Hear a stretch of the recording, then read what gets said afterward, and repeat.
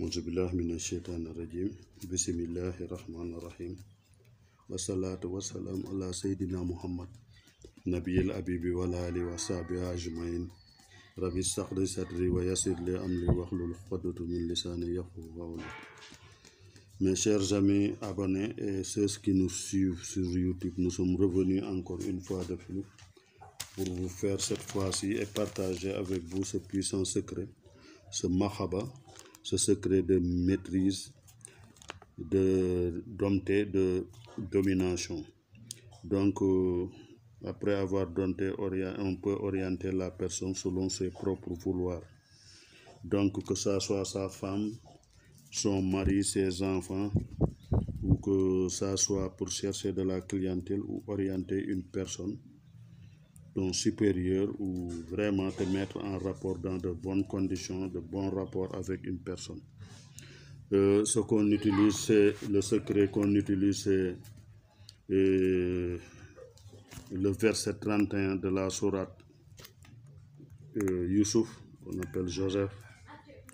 Le verset Falama ra'ayna akbarnahu wa hatayna aydiyahunna wa qulna hasha lillahi ma haza basaran inna haza ila malakul karim. Son poids mystique est de 3521 que vous voyez donc ici. Celui qui veut faire le travail, ou bien celui à qui on veut faire cela, c'est le matloub. Son poids mystique, il se nomme Suleiman Boun Sokhna. Son poids mystique est de 933. Le matloub, chez qui on veut faire le travail, c'est Nogay Bintou Aminata. Son poids mystique est 1092. Donc on a nos trois codes qu'on utilise pour faire l'arcane mystique. Donc en premier lieu, on prend le talib 933, on enlève zakat 2. Donc 933 moins 2, ça nous reste 933 moins 2, ça nous reste 931. Ensuite, on entre dans la case Kursiyu, la première case 931, on progresse 932, 933 et on arrête. Maintenant, on prend la deuxième clé, c'est le nom du matloub 1092 plus le secret 3521 qu'on additionne. 1092 plus 3521 moins 1 comme zakat, on enlève moins 1, ça nous reste 4612. 4612, on progresse dans la case 3. Donc, vous voyez 4612, 4000, voilà ici, on a ici, dans le 3 view, 4612, 4613 et 4614. On s'arrête. Maintenant, on prend le secret Jamra qui est de 243 qui va véhiculer le travail. On enlève de Jamra un zakat de 3. Donc ici on a 243 moins 3, il reste 241. Là on progresse, on le met ici 241. Non, 241, on le met ici 241 dans la case Lohou, 241, 242, 243 en arche.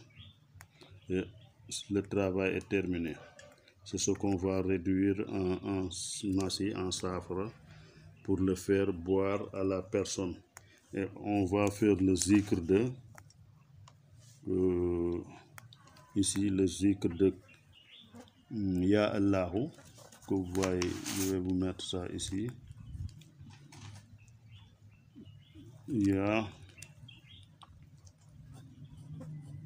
Allahu. On va faire ce zikr de Ya Allahu au poids mystique de 4613 pendant 9 jours. Et réduire le safara ici en nasi, le nasi, pour vraiment le faire boire à la personne cible, ou bien prendre en faire un autre et le mettre sous un poids lourd. Comme ça, vous aurez la pression là-dessus. Et vous faites le zikr, comme je vous l'ai dit, de 9 jours, Ya Allahu. Et à chaque fois, vous prononcez Falamma ra'ayna akbarnahu wa hatayna aydiyahunna wa qulna hasha lillah ma haza basharan in haza illa malakun karim. Si vous faites le 6, vous récitez, ou bien vous lisez le verset, ou ensuite vous faites le 60, parce qu'il faut prendre à partir du plus petit au plus grand. 66, on fait le 6, ensuite on vient faire le 60. Un aspect particulier au travail, nous voulons que l'individu fasse le travail, surtout quand il le peut, aux heures de Vénus. Choisir la période où la lune est croissante et reçoit aussi de très bons aspects, que soit un aspect de trigone, ou bien un aspect sextile, c'est-à-dire en trigone il fera 120 degrés entre lui et Vénus, ou bien en sextile 60 degrés, et éviter les aspects de carré qui a un 90 degrés et en opposition qui est de 180 degrés. Il faut éviter ces deux aspects qui sont maléfiques, et donc utiliser les bonnes heures de Vénus pour faire ce travail. Bon, mbokku jullit yi, mbokku xarit yi utiliser internet yi nekk suñu page, ñu ngi leen di ñaan ngeen abonné et suivre tey ji recette bu am solo bi ñu indil leen pour def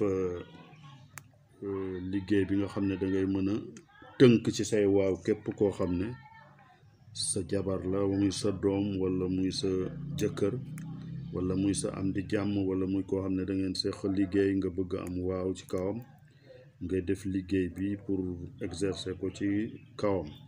Liñ koy jëfandikoo mooy aaya bi nga xam ne mooy falamma ra'ayna akbarnahu wa hatayna aydiyahunna wa qulna hasha lillah ma haza basharan illa haza illa malakul karimun. mu ngi nekk ci suratu Yusuf di surat fukk ak ñaar di aaya fanweer ak benn bu ne ci suratu Yusuf. moom la ñu jëfandikoo ak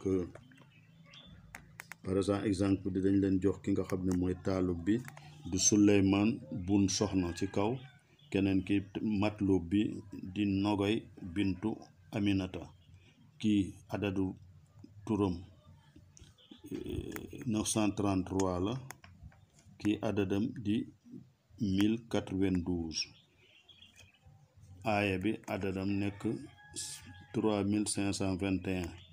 ñetti code yi moom la ñu jëfandikoo ak jamra bi nga xam moom la ñu bind fii muy boole di 243, moom la ñu jëfandikoo ci premier lieu. boo ko xoolee dañu jël 933 bi dindi ci asaka ñaar mu def 931, moom la ñu duggee fii ci baysu kursiyu. biñ demee ñu ñëw kursiyu naaru ñu def ñaar 932, xalam ñu ñëw 933, gis nga. léegi ñu taxaw foofu, léegi daal di jël matlub biñ ko jëlee muy junni ak juróom-ñeent fukk ak ñaar 1092, ñu dolli ci 3521 di adadu aaya bi. biñ leen boolee ñu dindi ci benn, li ci des muy sàkkat asaka benn lañ dindi, mu des 4612 boobu moom la ñu continuer liggéey bi ci bët bi fii ci kaw ci turaabiyu bi. ñu teg ci benn indi ñëw ci xutb bi muy 4613, gis nga fii ñu ñëw 4614 ci xawaayu ñu bàyyi foofu. après ñu jël jamra, bu ñu jëlee jamra 243, moom comme moom ñetteel la ñu génn ci ñett, mu des 241, ñu ñëw dugal ko fii 241 242 243 arsh, liggéey bi pare. léegi nag après moom ngay sotti def ko saafara, fexe ba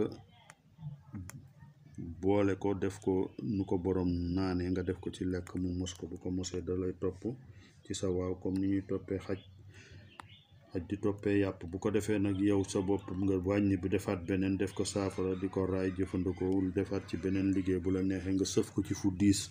Bu ko defee ngay wird yaa allahu bi ngay wird ci adat bi nekk ci xutbu bi ci digg bi 4612 fois nga koy liggéey yaa allahu yaa allahu yaa allahu daf la koy jaral nga liggéey ko ci juróom-ñeenti fan pour liggéey bi jàpp, parce que musala su xasal la juróom-ñeenti fan la laaj. liñ leen ci yëgal di leen ko wax mooy pour mu gën a mën a jàpp dañ koy liggéey ci heure zoxrata xam nga moo yor lépp loo xam ne muy mbëggeel, di yor wàllu finance, amour, soxla yooyu yëpp moom moo koy lijjanti. bu ko defee ñu liggéey ko ci jamono boo xam ne day recevoir, day am aspect yu baax. day fekk nga xool waxtu woo xam ne weer wi day yéeg ci ñaareelu xaaj bi muy yéeg, donc foofu la ñuy liggéey lépp loo xam ne da ngay xëcc. ba pare tamit mu doon waa jamono yoo xam ne ci heure planétaire yi zoxrata boobu amul ay aspect, maanaam jëfandikuwul ay caneer yu yeneen planètes yi, fekk dafa taxaw ci ay carré. moom mooy jamono bu nekkee 90 degré digganteem ak beneen planète yoo xam ne dañu ànd di liggéey, donc ni ñuy dimbalante foofu kon du baax. wala buñ nekkee 180 degré muy aspect opposition mu nekk ca beneen fànn ba, foofu tamit seen caneer yi ñuy génn du baax. li baax moom mooy bu fekkee dafa trigone moom mooy diggante planète bi bu nekkee ci degré benn fii mu nekk beneen planète bi muy comme weer wi nekk ci de kër gi, beneen bi nekk ci ñetti kër dox seen diggante, waa juróomi kër dox seen diggante, mu am aspect de nu mu tëdd ci trigone. bu ko defee wala sextile fekk benn kër moo dox seen diggante, bii nekk fii benn kër dox seen diggante, beneen bi ne ci ñetteeli kër gi, kooku la ñuy wax aspect de sextile. foofu juróom benn fukki degré moo ne seen diggante. jamono yooyu seen caneer dafay dimbalante, bu ko defee liggéey bi dina mën a baax. nga def ko ci waxtu yooyu, après jël saafara bi comme ni ñu ko waxee, lii nga fexe ba borom laal ko, lii nga koy raayoo, lii nga liggéey ci beneen boo xam ne da nga koy sëf fu diis. nga liggéey yaa allahu ci adat bi ñu leen wax fii 4613 fois juróom-ñeenti fan. bu ko defee sa liggéey bi li nga soxla ci kooku da nga koy am ci kàttanu yàlla. bu ko defee bu boobaa di ngeen ñëw fii nettali ñu lii ñuy def liggéey bi ci anam bu doy waar. asalaamaaleykum wa rahmatullah, lii lañ leen indiloon tey, jërëjëf.